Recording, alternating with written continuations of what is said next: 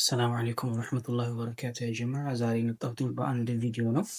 ሰሞኑን እያጨቃጨቀ ስላለ ጉዳይ አንድ ነገር ለማለት ፈለግኩኝ። በሙፍቲ መቃብር ዙሪያ አላህ ይርሐማቸው ብዙ አጨቃጫቂ ነጥቦች፣ ደስ ደስ የማይሉ ነገሮችን ስንሰማ ነበር። ይሄ ደግሞ ጥሩ ነው ብዬ አላስብም። ይህን ነገር በምንመለከት ሰዓት ላይ ከሸሪዓ አንግል መታየት አለበት ብዬ አስባለሁ። ሸሪዓ ስለዚህ ነገር ምን ይላል የሚለው ነገር ለህዝቡ ተጨባጭ ማድረጉ ተገቢ ነው ብዬ አስባለሁ። በእስልምና እንዴት ነው አንድ ግለሰብ ከሙስሊም መቃብር ስፍራ ውጪ ጠሃራ በሆነ ወይም ደግሞ በተከለለ ሌላ ሸርጡን በሚያሟላ መሬት ላይ መቀበር ይችላል ወይ ተብሎ ሲታይ እስልምና ምን ይላል የሚለውን ማወቅ ተገቢ ነው ብዬ አስባለሁ። እስልምና ይሄን ነገር የሚፈቅደው ከሆነ ህዝቡን ማስተማር ያለብን ሚንበር ላይ ስለ ቀብር መውጣት ሳይሆን ሽርክ እንዳይሰራ እዛ ኤሪያ ላይ በግልጽ ሽርክ በእስልምና ያልተፈቀደ እንደሆነ ከባድ ወንጀል እንደሆነ ማስተማሩ ተገቢ ነው ብዬ አስባለሁ። አይፈቀድም ከሆነ ደግሞ የሚባለው ይሄ ነገር ማስረጃዎች ያስፈልጋሉ። ለምን እነዚህ ወይም ደግሞ ሙፍቲ ይህን ነገር ሲያደርጉ በጅህልና አይደለም፣ ከዒልም ነው። ሳያውቁት ቀርተውም አይደለም፣ እውቀቱ አላቸው። ከተፈለገ ማስረጃዎችን መጥቀስ ይቻላል። አሁን ላይም ረሱላችን ሰለላሁ ዐለይሂ ወሰለም የተቀበሩበት ሁኔታ እንዴት ነው? ዑመር ረዲየላሁ አንሁ፣ አቡበከር ረዲየላሁ አንሁ የተቀበሩበት ሁኔታ እንዴት ነው?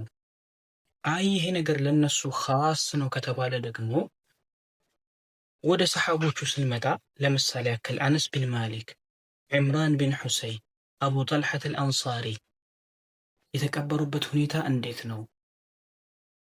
እንደዚሁ ነው።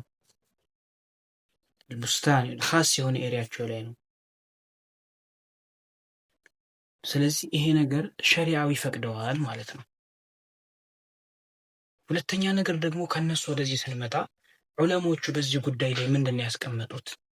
እና ኢማም ነወዊን ብንመለከት ብዙ ዑለሞች አሉ። ነገር ግን አንድ ዑለማ ልጥቀስ ለአሁን፣ እሱንም ያኔ ትቀበሉታላችሁ ብዬ አስባለሁኝ። ሼኹል ኢስላም ኢብኑ ተይሚያ በዚህ ጉዳይ ላይ ምን ብለዋል ማየት ፈልጋለሁኝ። የጁዙ አን ዩድፊነ ልኢንሳን አው የጁዝ አን ዩድፊነ ልኢንሳኑ ፊ ሚልኪህ ወቀድ ዱፊነ ነቢዩ ሰለላሁ ዐለይሂ ወሰለም ፊ በይቲህ ወከዛሊከ ሚን ባዕድህ ሚነ ሰሓባ። ይሄ እንደሚፈቀድ ነው ያስቀመጡት። ሚልኪ ወይም ደግሞ የራሱ የሆነ ኤሪያ ላይ መቀበር ይፈቀድለታል። ነገር ግን ሸርጦች ሊኖሩ ይችላሉ ማለት ያለባቸው። እነዛን ሸርጦች እስከሟላ ድረስ አይከለከልም። ከዛ በኋላ ደግሞ ረሱል ሰለላሁ ዐለይሂ ወሰለም እንዳረጉት ወይም ደግሞ ከነሱ በኋላ ያሉ ሰሃቦች እንዳደረጉት ይቻላል። ይሄ የሚያጨቃጭቅ ፖይንት አይደለም። አላህ ሱብሓነሁ ወተዓላ ያኒ ዒልምን ስንማር ለመጠቀም የሚማሩት አላህ ያድርገን። ዒልምን ናፊዑን አላህ ይስጠን።